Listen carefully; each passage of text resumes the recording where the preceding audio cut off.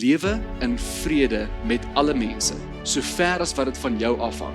Dit beteken selfs wanneer jy 'n verhouding met 'n persoon herstel, moet jy dit doen vir Jesus. Nou baie keer is konflik nie net in die huis nie, maar dit is ook in die kerk. Hoekom? Want jy wil nie die argument wen nie, jy wil die persoon se hart wen. Om in vrede te lewe met iemand anders beteken jy moet hom vergewe. Maar vergewe my op grond van hoe ek ander mense vergewe. Welkom by Simfonie se podcast. Simfonie is 'n Suid-Afrikaanse kerk aan die Wesrand van Gauteng, waar ons groot liefde vir mekaar, vir God en vir ons gemeenskap het. In ooreenstemming met 2 Timoteus 3 vers 16, glo ons die Bybel is geïnspireer deur God en is bruikbaar vir lering en regstelling, sodat die kinders van God voorbereid sal wees om in die waarheid elke goeie werk uit te kan voer. Ons is opgewonde om hierdie kosbare, Heilige Gees geïnspireerde boodskap te deel en mag hierdie saad vrugbare grond vind.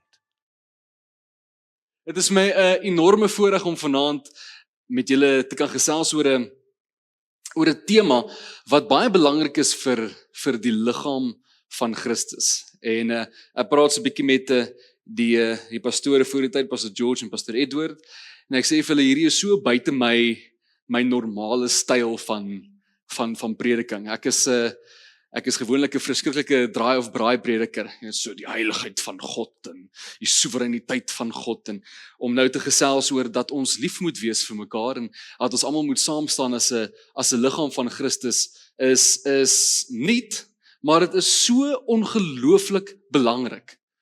Dit is dankie van die belangrikste boodskappe na my sin om eenheid te hê in die liggaam van Jesus Christus. Pastor George het vanoggend so pragtig gepraat oor ons as 'n familie. Nou, dit help nie ons is 'n familie en ons het verskillende afdelings in ons familie, en hierdie kant sit die vreemde oom met wie ons eintlik niks wil uit te waai hê nie, en daar's die tannie wat te veel lawaai en ons wil nie iets met haar uit te waai hê nie, en hierdie tannie bak slegte koek as ons kom vir Kersfees, ons wil nie eintlik met haar kuier nie.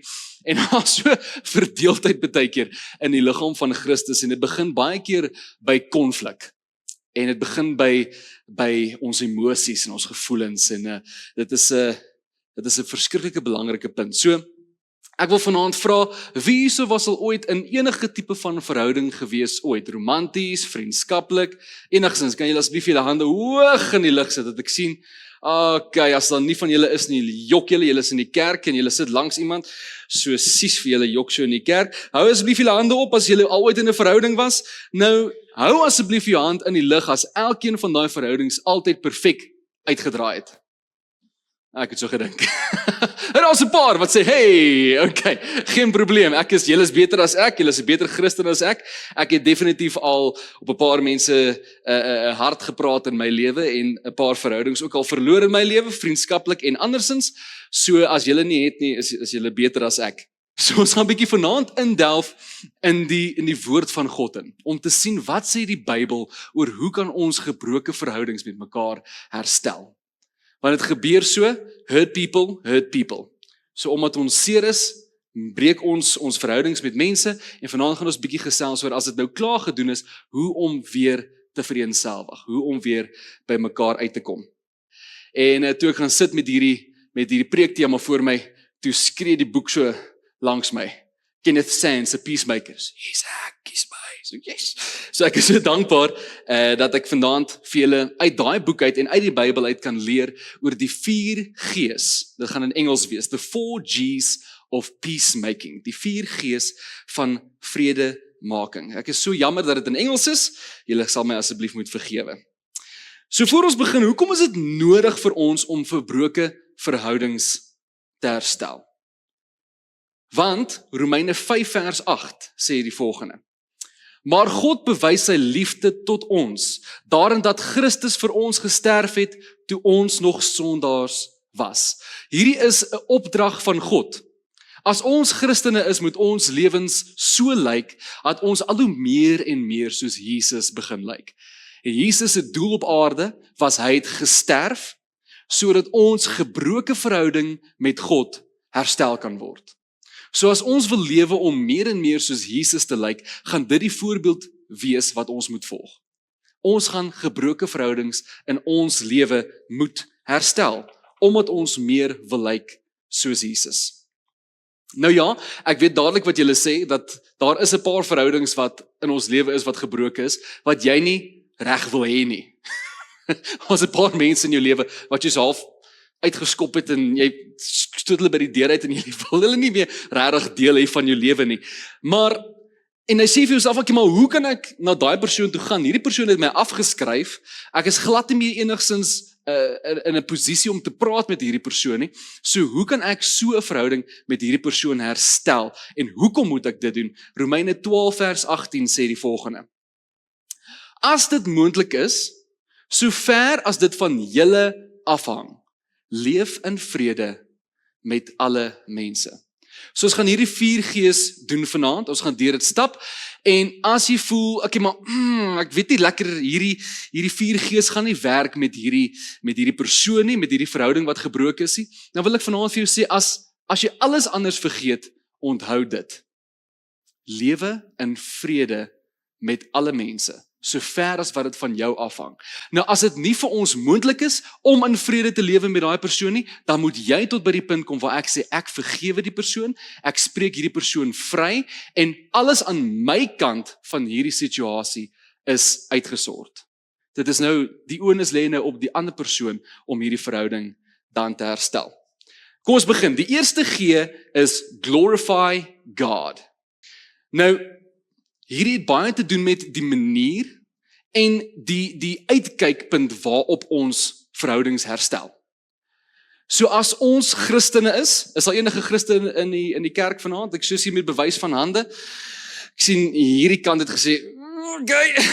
Ek sien ten minste hierdie kant, julle is baie opgewonde om kinders van God genoem te word. Ek sit 'n grappie. En daai tyd gaan dat Tannie wees vir my sê, broer, ek het my hand opgesteek, en ek sê, jammer Tannie. So, ons laat baie keer toe, dat ons emosies die oorhand kry oor ons redenasie vermoë. Baie keer luister ons eerder vir ons emosies, as vir die woord van God. En in konfliksituasies is dit so maklik om vir jou emosies die oorhand te gee oor hierdie situasie. As jy eers kwaad is, nou weet ek ook nie van julle nie, daar is ook verskillende maniere van kwaad word. As ek kwaad is ek soos 'n stoomtrein. Dit gaan verskriklik baie vat vir my om stadiger te word en af te koel, en niks gaan my van hierdie spoor afkry nie. Op hierdie spoor is ek nou. So hier gaan ek is op hierdie spoor. Party van ons, as ons kwaad word, kry ons stilstype. Hy lyk dit so. Het ek nie vir jou gevra om die swart sakke uit te vat nie? Het jy die swart sak uitgevat? Op daai stadium wil ek vir jou vra, as Jesus Christus self deur die deur moes gestap het, sê hy vir jou gesê, well done, dit was 'n fantastiese manier gewees om daai konflik op te los, of sê hy gesê, ai my dogter, of my seun. Ai my dogter of my seun. Dit was nou nie die korrekte manier gewees om hierdie situasie te benader nie.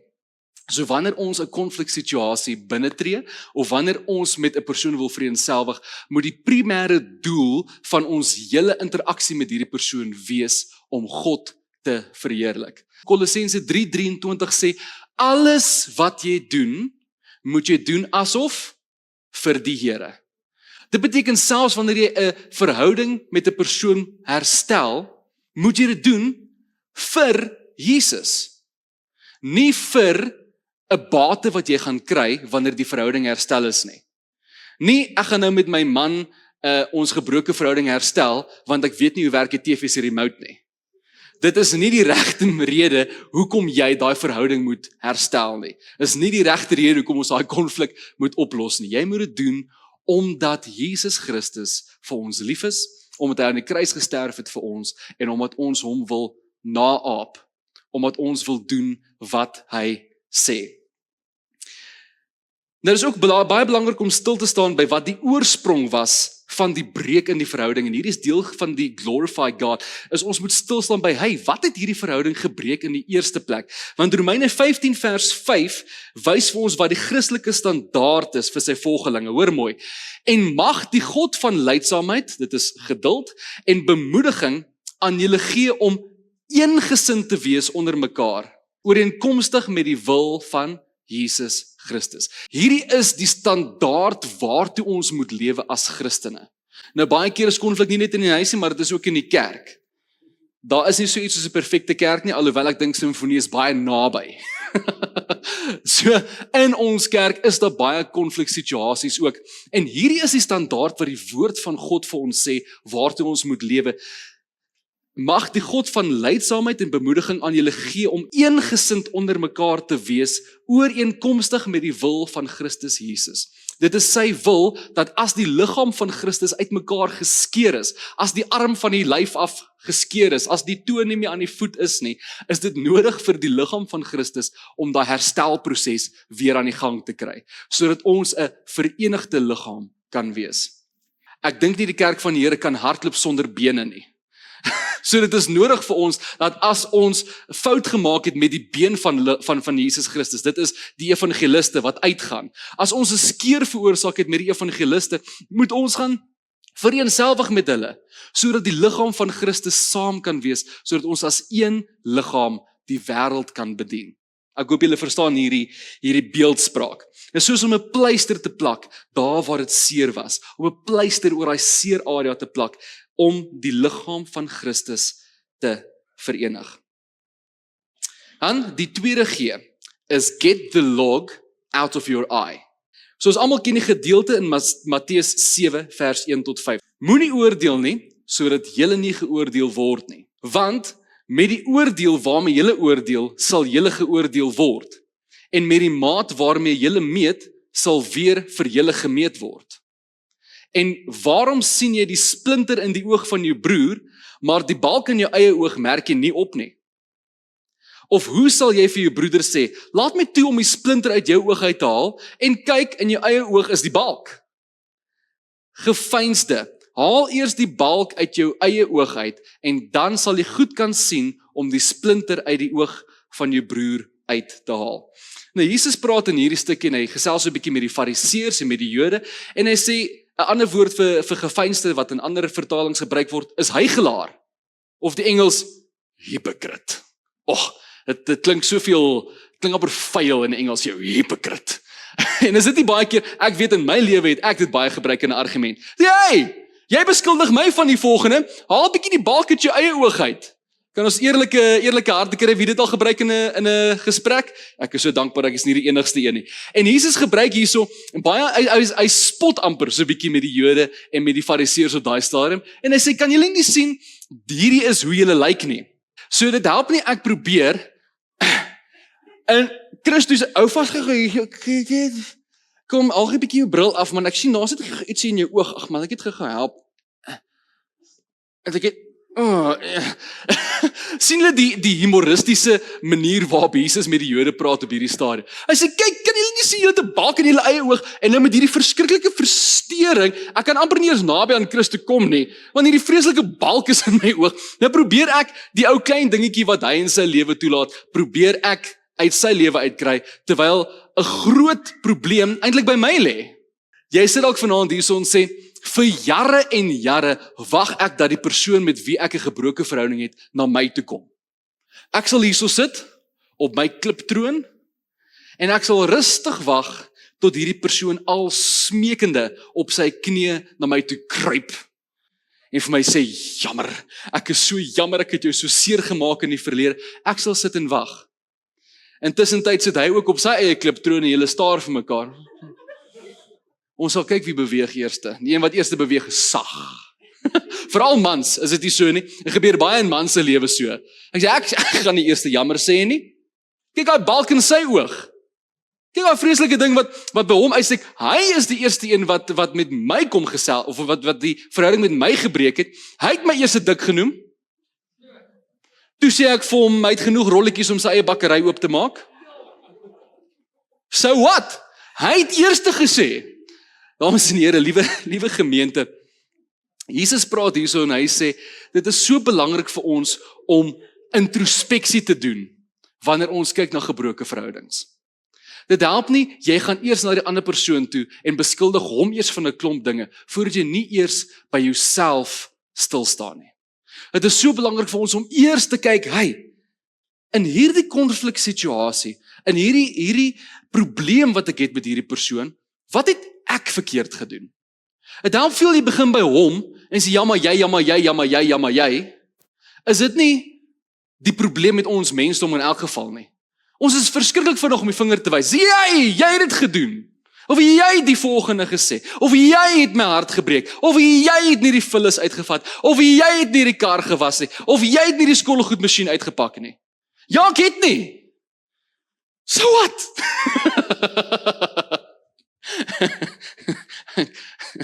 Het is so belangrik vir ons om eers te stop by wat het ek verkeerd gedoen. Want ek weet nie van jou nie, maar 'n verhouding is nooit net eensydig nie. Dit is altyd 'n verskoning, 'n two-way street, is dit nie? So dit help veel jy probeer heeltyd in hierdie baan bly en vir hierdie persoon sê, kyk al die verkeerde dinge wat jy gedoen het. Jy breek die persoon af.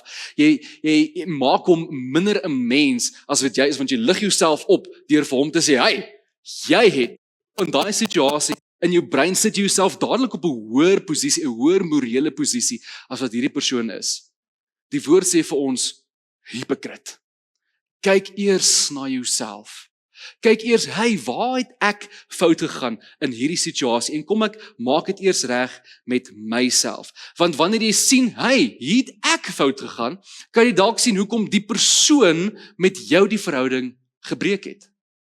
Al het die persoon iets eerste gedoen, is dit so belangrik vir ons vanaand om eerste terug te gaan en jammer te sê. Get the log out of your own eye first. En dit konnekteer so pragtig mooi met die eerste G, glorify God. En dit is, ons kan nie vir die persoon sê, luister jy kort redding, luister jy kort genesing, luister jy moet 'n beraader gaan sien nie, as ons nie eers uitkom by die kruis van Jesus nie.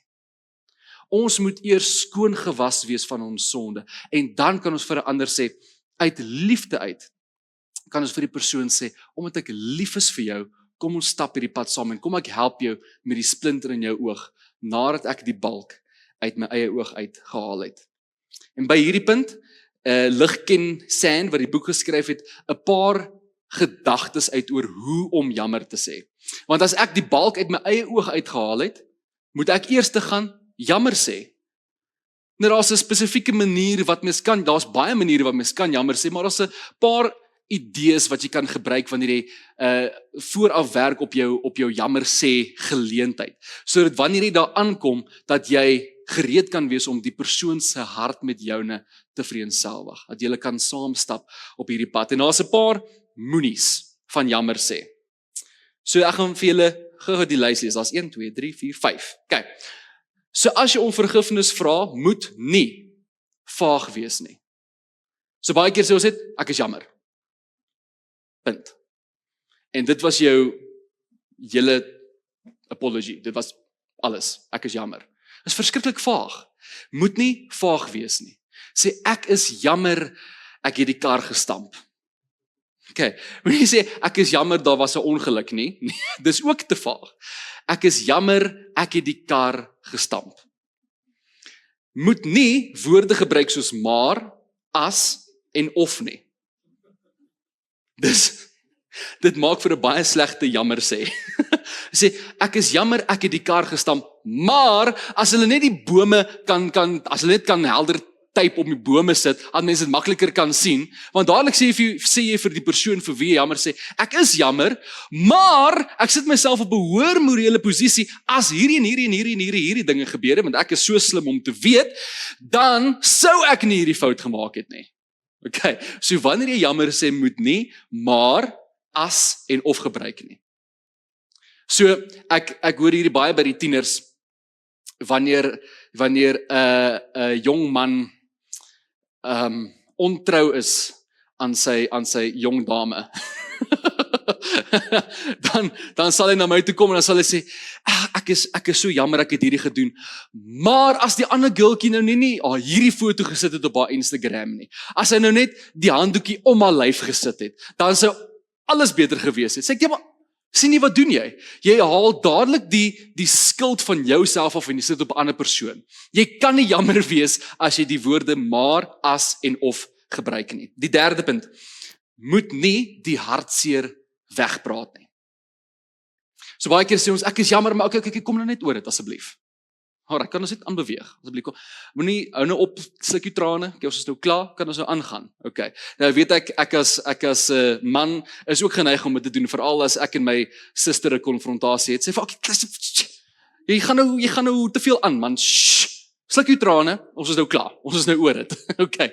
Dit is 'n baie slegte idee as jy jammer sê om die hartseer te probeer wegpraat asof dit nie bestaan nie. Want daai hartseer is 'n realiteit. Daai hartseer lê in die persoon se hart en is vir hom 'n swaar las om te dra. En as jy dit net probeer wegpraat, dan skiep jy reg bo-oor daai persoon se emosies en hulle waardigheid. Dit is so belangrik om kennis te gee aan daai hartseer, om te sê ek verstaan die pyn wat ek veroorsaak het deur die en die te doen. Ek sien jou hartseer en ek is jammer vir die pyn wat ek veroorsaak het. Moet nie die gevolge probeer ontduik nie. Dit is 'n baie belangrike punt. So weer eens, ek gaan nou baie praat oor hoe sleg ek vanaand is. Vir die van julle wat nie weet nie, ek bly nog baie lekker saam met my ouers. Dis baie lekker. Ek eet my ma se kos wat sy koop by 'n ander tannie. En dis lieflik. Maar ek het so 'n bietjie kos gemaak aan 'n dag, so 'n rukkie terug, en daar was 'n bietjie oorskiet gewees en ek sit dit in 'n Tupperware bakkie en ek sit dit binne in die yskas vir 'n paar maande. En ek hoor toe die volgende. Okay, dit is nou weer my beurt om slaap te kry, gatos. Dan stap ek by die gang af, daar staan my ma met die bakkie. Toe sy die bakkie probeer oopmaak, toe maak die vis binne die bakkie die deksel weer toe. Ek, okay. Wat is die reeks? Ek is sorry, ek het kos gemaak en 'n bietjie oorskiet gehad en ek het heeltemal vergeet daarvan. Kyk hoe lyk die bakkie? Ek sê ek sien hoe lyk die bakkie. Ek is jammer oor die bakkie. Ek sien ma se hartseer. Dit is my skuld. Ek is jammer. Ek moes dit beter gedoen het. Maar sit dit net in die wasbak, ons gaan nou laat die skoolgoed wasmasjien dit was. Daar gaan ek reg verby die gevolge van my aksies. Nee, jy moet nie die gevolge van jou aksies probeer ontduik nie, maar eerder moet jy opstaan en sê, weet maar wat, ek sal die bakkie vat, ek sal hom uitwas. Eerder sê, my lief, ek is jammer, ek het nie die swart sakke buite gesit nie. Kom ek doen dit gou vir jou en ek sal gou die vloere mop vir jou. Ek is so jammer dat ek met 'n ander persoon gepraat het. Ek weet dit het jou hart verskriklik seer gemaak, maar gun my nou hierdie tyd om weer aan jou te bewys dat ek ernstig is oor jou en dat ek werklik lief is vir jou. Moet nie die gevolge van jou aksie probeer ontduik nie. En laastens, moet nie vergifnis forceer nie. Dis die laaste moet nie. Moet nie vergifnis forceer nie. Jy kan nie 'n persoon aan die hande vat en hulle uit hulle hartseer uittel en hulle sleep na vergifnis toe, hulle half in vergifnis ingooi nie. Dit is nie moontlik nie. Jy moet dat die persoon die seer prosesseer op sy eie tyd, die gevolge dra van die aksies wat jy gedoen het, en die persoon toelaat om jou te vergewe soos die Here op sy hart sit. Okay, dit bring ons by ons derde G. So ons eerste G was glorify God, ons tweede G is get the log out of your own eye, wat praat oor hoe om jammer te sê, en doen eers introspeksie. Die derde G is gently restore. Gently restore. Ek is so lief vir daai woord, gently, sagkens, om dit saggies te doen. So hierdie stap behels die harde werk van die 4 G's. Hierso moet jy fisies by die persoon gaan sit en deur die seer en die hartseer werk. Stap vir stap, minuut vir minuut, tot julle albei tevrede is met die uitkoms. Dit is baie wys, my pa is 'n verskriklike wyse man, en met 'n groot konfrontasie wat ek eendag gehad het in my lewe, toe sê ek, okay, ek gaan nou na die persoon se huis toe ry, en daarso gaan ek nou met die persoon gesels. Toe sê, dink ek, maar, hoekom nou nie? Hy sê, want as jy die persoon gaan ontmoet by die plek waar hy veilig voel, en jy kom met 'n jammer sê, of jy kom met 'n, hey, okay, ek het nou die log uit my eie oog uitgehaal, kom ek help jy met die splinter in jou oog, dan gaan hulle dadelik beskuldig voel, en hulle gaan dadelik, weer die Engels, hulle gaan dadelik op die defense gaan, dadelik. Hulle gaan toemaak, hulle gaan nie hoor wat jy te sê het nie. Dit is seker een van die belangrikste punte van raad wat ek al ooit gekry het. As jy met 'n persoon 'n konfliksituasie wil uitgesels, moet nie na die persoon se huis van waar hy beskermd voel en waar hy veilig voel gaan nie. Want hy gaan toesluit en jy gaan niks meer die persoon uitgerig kry nie. Eerder gaan na 'n neutrale plek toe, waar julle albei ongemaklik is, waar julle albei kan sit en julle sorges uitgesels, waar julle albei ewe veilig voel. Want as jy na die persoon se veiligheid toe gaan, word jy die aggressor en die persoon word die defender. En dit is nie 'n goeie manier om konflik op te los nie. Nou goed, wat van getroude paartjies? Want nou sê julle vir jouself, okay, dit is nou goed en wel as dit 'n persoon is in die gemeente, dan gaan ek nie na sy huis toe gaan nie. Maar wat as ek met my man stry? Waar toe gaan ek dan? Dis ons huis. So 'n goeie plek sal wees in die stoep of op die stoep, in die tuin of selfs in die kombuis, afhangende van hoeveel jou vrou bak. As jou vrou baie bak, nie die kombuis nie. Sy weet waar is die messe. Okay, dan in die sitkamer. Ook nie in die garage nie, want die man weet waar is die spanners. Okay, so gaan na 'n plek toe wat vir julle albei rustig is, veilig is. Ek verkies natuur. Dit is 'n maar persoonlike keuse. As ek konflik met 'n persoon wil oplos, gaan ek na 'n plek toe waar ek die bome kan sien, die voeltjies kan hoor. Dis baie dis rustiger. Maak dit sin? Maak sin. Dit maak vir my sin in 'n geval. Hoef jy vir jou sin te maak nie. Okay. So kyk gou wat sê Efesiërs 4 vers 15, waar Paulus praat oor eenheid in die kerk. Maar terwyl ons in liefde die waarheid betrag, in alles sou opgroei in hom wat die hoof is, naamlik Christus Jesus. Sien julle hoe konnekteer hy weer met die heel eerste G? Glorify God. Hierso sê hierdie vers, ons moet die waarheid praat in liefde. Nou baie van ons doen of die een of die ander, of nie een van die twee nie, maar nie altyd albei saam nie. Die belangrikheid van gently restore is om die waarheid te praat in liefde, Efesiërs 4 vers 15. Hierdie gee 'n hele nuwe lig oor hoe om konfliksituasies te hanteer. Want baie keer, ek is so jammer mans, maar baie keer die mans, eintlik is dit nogal 'n probleem met die mensdom, is dit nie? Ons wil baie keer, ek wil nie net die mans beskuldig vanaand nie, okay. Ek is sorry, maar dit is 'n probleem met die mensdom. As ons 'n argument binne tree, gaan ons gewoonlik met die oogpunt daarop uit om te wen. Ek wil die argument wen. Maak nie saak of ek die persoon beledig nie, maak nie saak of ek die persoon afkraak nie, maak nie saak wat se skade ek verrig in die proses nie, solank as wat ek die argument wen. Liewe gemeente, dis nie Bybels nie. Die Bybel leer vir ons in Efesiërs 4 vers 15 is praat die waarheid. Dit help nie probeer die persoon se ore streel met leuns nie. Ja, ek het eintlik bietjie vergeet van om my kar te was. Ek het eintlik bietjie vergeet van ek is sorry, jy het nie vergeet jy was lui. Okay. Praat die waarheid, maar in liefde. Veral hierdie gedeelte waar jy klaar die log uit jou eie oog uitgehaal het en nou besig is om die persoon aan te vat oor die ding wat hy verkeerd gedoen het. Praat die waarheid.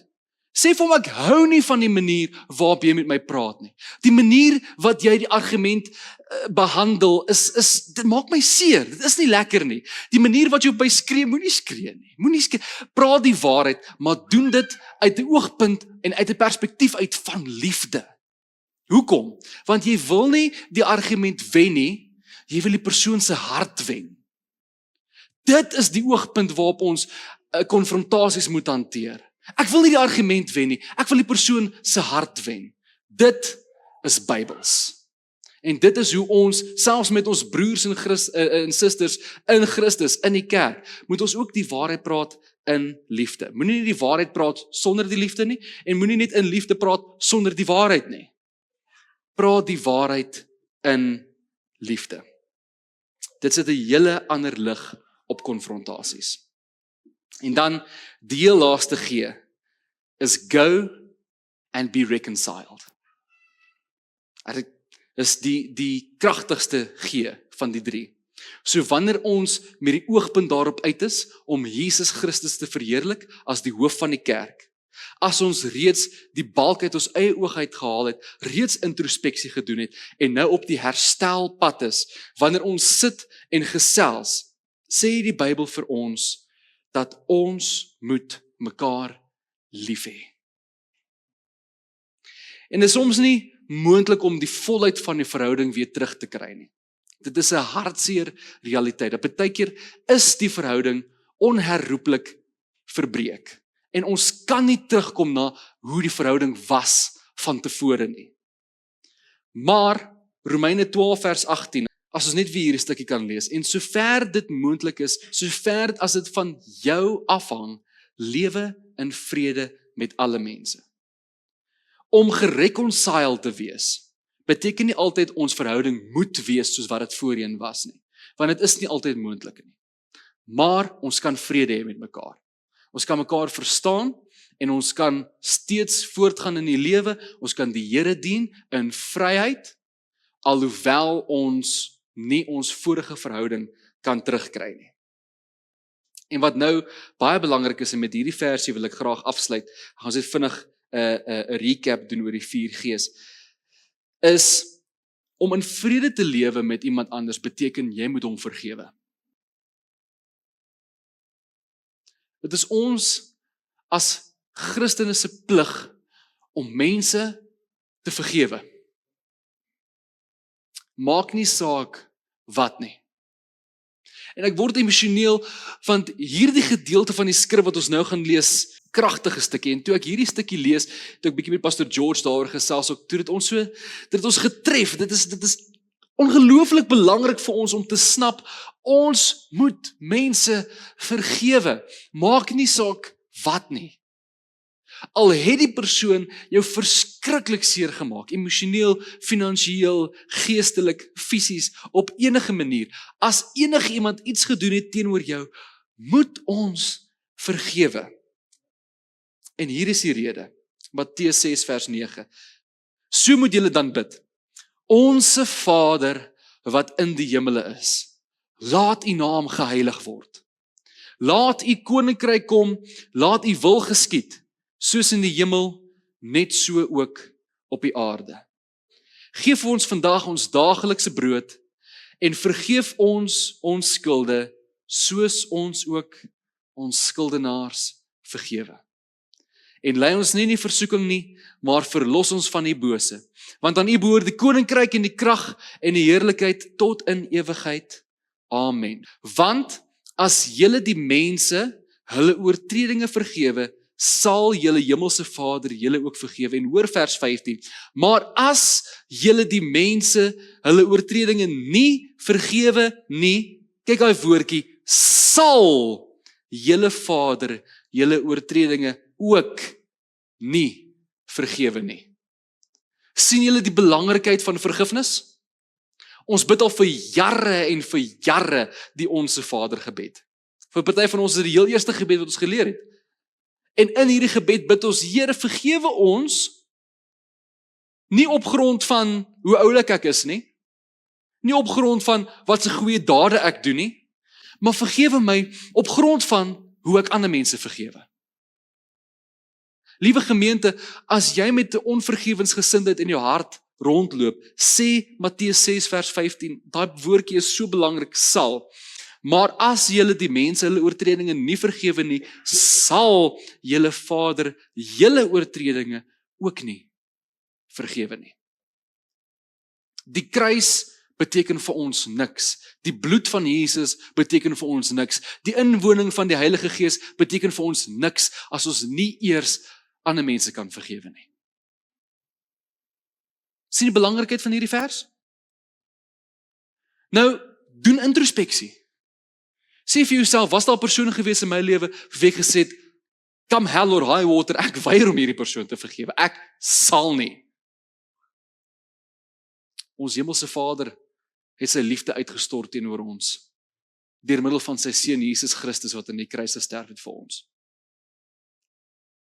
En in Bybelse terme wat ons doen aan die Vader is eksponensieel meer as wat mense kan doen aan mekaar. Ons maak die Vader se hart aansienlik seerder as wat ons mekaar se harte seermaak. Ons is geroep om mekaar te vergewe. As Jesus Christus jou kan vergewe van jou sonde, hoeveel te meer moet ons die ander mense vergewe van hulle oortredinge teenoor ons nie. Kom ons vergewe mense. Go and be reconciled. Halleluja en amen. Mag hierdie kosbare woord jou help om vars sout te wees, wat ander blootstel aan die smaak van Jesus se karakter. En mag die Heilige Gees jou herinner aan sy woord, sodat jy voorberei sal wees vir elke goeie werk.